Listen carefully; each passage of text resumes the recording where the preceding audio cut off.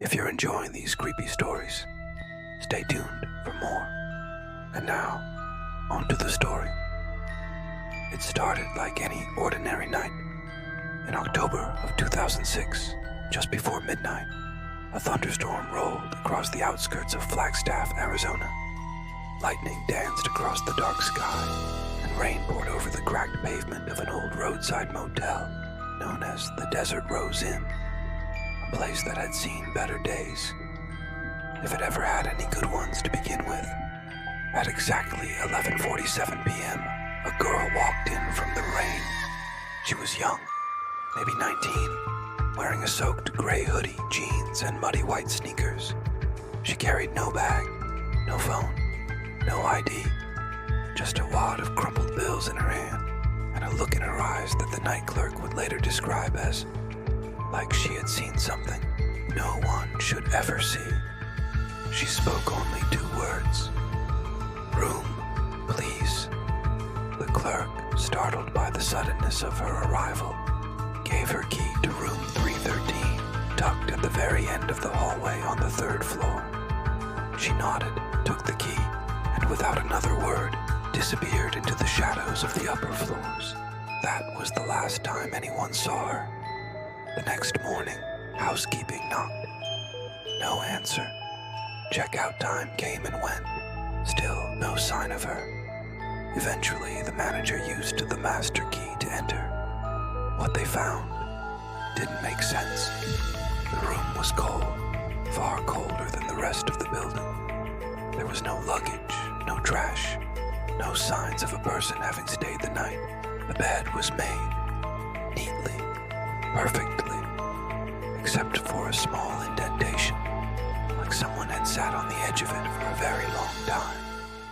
On the nightstand was a journal bound in cracked black leather, and across the room, on the mirror, written in what appeared to be lipstick, were the words, "I didn't disappear.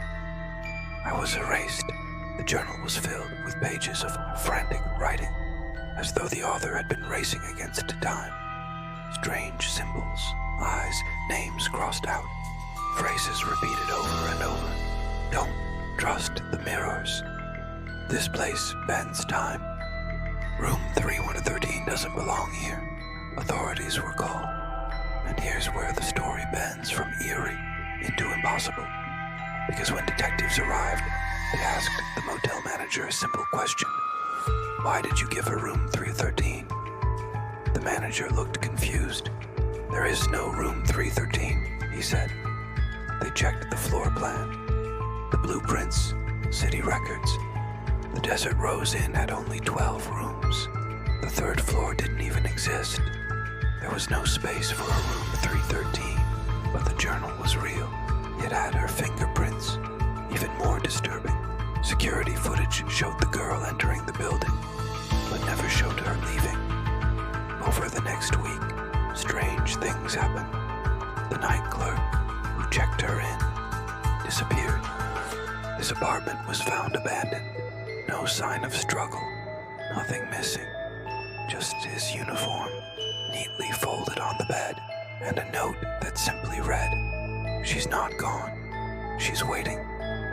Other guests reported seeing a door at the end of the 3rd floor hallway that wasn't supposed to be there. It appeared only at night. Room 313, faded numbers. Some claimed they heard knocking from the other side. One guest, a traveling nurse, said she looked through the keyhole and saw an eye looking back at her. Today, the Desert Rose Inn is permanently closed, boarded up, condemned by the state, but stories still circulate. Urban explorers have tried to break in. Some swear they found stairs leading to a 3rd floor, only for them to vanish the moment they turned their backs. As for the girl, no missing persons report ever matched her description. Her face was never identified. The journal disappeared from police custody without explanation. Some say she was never real. Others believe she was running from something that followed her into our world. Whatever the truth is, one thing remains.